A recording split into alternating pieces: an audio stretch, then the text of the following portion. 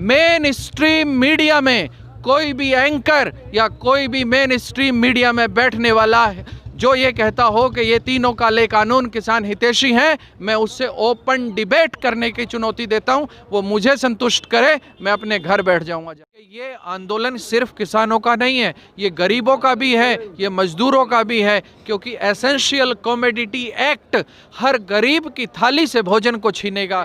जब भंडार कहाँ से खाएंगे? 135 करोड़ लोगों का ये देश है, जिस देश में मोदी जी स्वयं कहते हैं, भारत सरकार स्वयं ये कहती है कि हम 80 करोड़ लोगों को राशन दे रहे हैं। मैं ये पूछना चाहता हूं भारत सरकार से, वो राशन इन्होंने किसी फैक्ट्री में बनाया था या किसान की खेत में पैदा हुआ था? एक बात तो स्पष्ट है कि ये बिना सोचे समझे बनाए गए कानून हैं। सरकार ने बिना सोच समझ के ये कानून बनाए हैं। यदि सोच के समझ के किसानों से चर्चा करके अध्ययन करके ये कानून बनाए जाते तो ये ना कहते कि हम इसमें संशोधन के लिए तैयार हैं। वो तो देखा जाएगा, सरकार पीछे हटती है तीनों कानून पर या किसान पीछे नहीं हटेगा, चाहे यहाँ साल 2 साल भी लग जाएं, हम पीछे नहीं हटने वाले। देश की सच्चाई सच छुपने नहीं देंगे। सर ये बताइए, 8वें राउंड की वार्ता हुई और वो भी विफल, और फिर 15 तारीख का समय मिला। जब किसान अपनी मांग पर अड़े ही हुए हैं तो सरकार द्वारा दिए गए समय को स्वीकार क्यों कर रहे हैं? नहीं, सरकार होती है। सरकार यदि हमको आश्वासन दे रही है तो हम उस आश्वासन को स्वीकार करेंगे, क्योंकि हमें पूरी उम्मीद है कि संवाद से ही समाधान निकलेगा। जब संवाद होगा तो समाधान निकलेगा। हमारे पास 2 ही विकल्प हैं, अपनी आवाज़ को उठाने के लिए जन आंदोलन करना। भारत का बच्चा भारत का हर किसान इस आंदोलन में शामिल है। हम आंदोलन के माध्यम से अपनी आवाज़ बुलंद कर रहे हैं, और जब जब सरकार हमको वार्ता के लिए बुलाती रहेगी हमको जाना होगा और हम जाते रहेंगे। हम सरकार से निर्णय सुनने जाते हैं, हम कोई बात करने नहीं जाते, हम कोई डिस्कशन, वहाँ ग्रुप डिस्कशन नहीं हो रहा है, हम सुनने जाते हैं सरकार निर्णय क्या लेती है। यदि सरकार निर्णय लेती है कि तीनों काले कानून वापस हों तो ठीक है। आज सरकार के लोगों ने बाज़ाफ्ता कह दिया कि पीछे हटने का तो कोई सवाल ही नहीं पैदा होता। नहीं, वो तो देखा जाएगा, सरकार पीछे हटती है तीनों कानून पर या किसान पीछे नहीं हटेगा, चाहे यहाँ साल 2 साल भी लग जाएं, हम पीछे नहीं हटने वाले। क्योंकि यहाँ शहीद होना स्वीकार है, लेकिन अपने घर जाकर भूखा मरना स्वीकार नहीं है।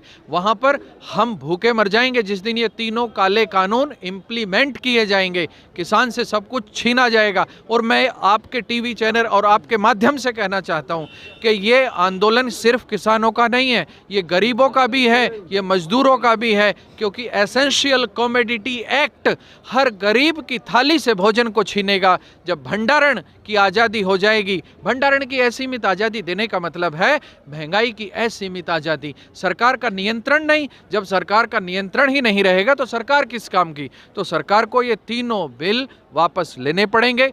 आज ले लो, कल ले लो, ये इनके ऊपर निर्भर है। और हम अपनी आवाज़ को और तीखा करेंगे, बुलंद करेंगे, मजबूत करेंगे और अपने आंदोलन को और मजबूती देंगे। हमारा आंदोलन कमज़ोर पड़ने वाला नहीं है। सरकार चाहती है हमारे अंदर फूट डालना, हमें अलग अलग अंदाज में टुकड़े डालना चाहती है, लेकिन हमारे किसान संगठनों की ये संगठन ये इतनी ही मजबूती से खड़ा रहेगा जितनी मजबूती से पिछले 40 दिन से खड़ा है। हमने 60 से ज़्यादा अपने बुजुर्ग शहीद हो गए हैं हमारे यहाँ, तो हम उनकी शहादत को व्यर्थ नहीं जाने देंगे। उनकी शहादत आने वाले भविष्य, हमारी आने वाली पीढ़ियों का जो मुस्तकबिल है उसको खूबसूरत बनाएगी।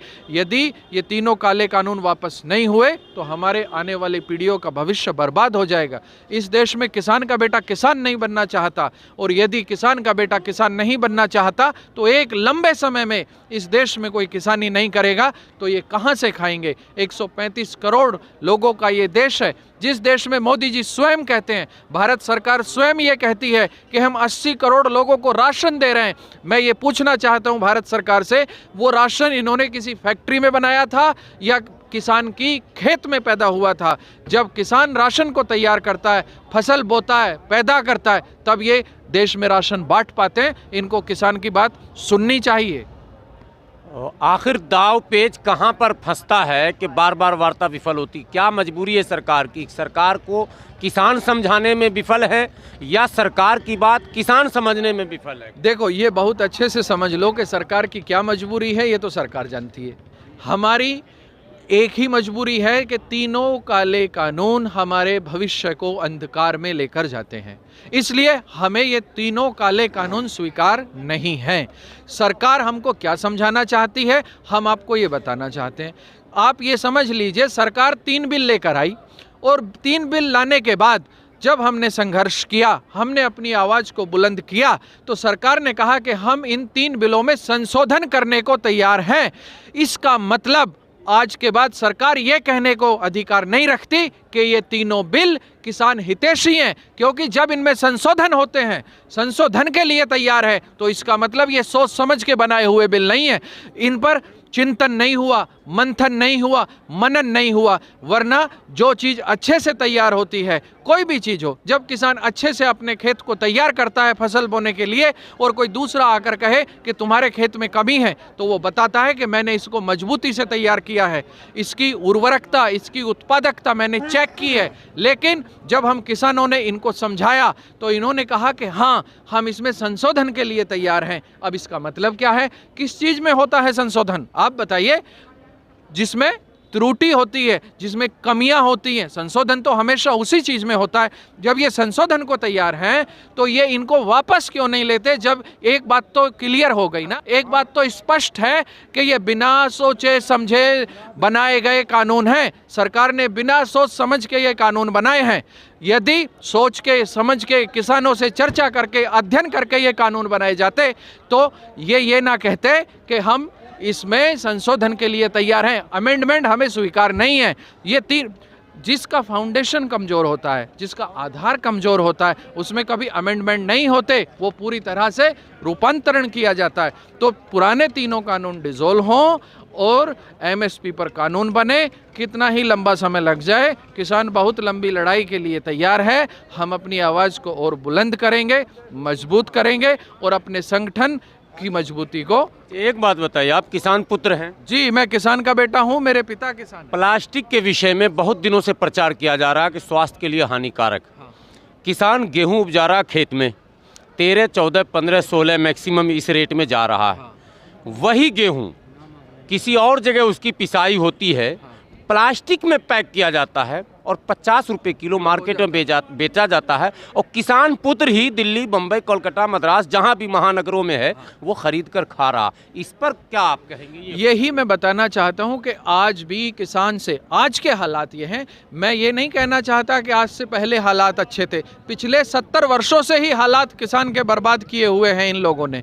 आज भी किसान के ये हालात हैं कि जो फसल है वो 1200 रुपये क्विंटल, 1400 रुपये क्विंटल खरीदी जाती है, और जब वो एक अच्छे पैकिंग, एक उद्योगपति की पैकिंग में पैक हो जाता है तो वो 50 रुपए किलो हो। किस मिल में वो उसकी पिसाई करते हैं? हाँ, वो सोने के मिल होंगे। वो इनके जो मित्र हैं, जो ये उद्योगपति हैं, उनके सोने के बने हुए मिल हैं। जैसे उत्तर प्रदेश में आप देखिए कितनी महंगी बिजली है, दिल्ली में देखो कितनी सस्ती बिजली है। उसका कारण पता है आपको? उत्तर प्रदेश में सोने के तारों में बिजली आती है, इसलिए उत्तर प्रदेश में महंगी बिजली है। और आप सुनिएगा, ये एमएसपी पर कानून बनाना नहीं चाहते, और एमआरपी जो आज 50 रुपए किलो आटा बिक रहा है, कल उसमें आज़ादी देना चाहते हैं। आज़ादी का मतलब है कि जो जिसके पास स्टॉक है, जो उद्योगपति है, किसान तो स्टॉक नहीं करेगा, उद्योगपति स्टॉक करेगा। अब जो उद्योगपति है, चाहे वो 200 रुपए किलो बेचे, और जिस दिन आपके पेट की भूख आपको दबाव डालेगी कि तुझे खाना पड़ेगा, क्योंकि भूख बड़ी डायन होती है, अपनी संतान को भी खा जाती है,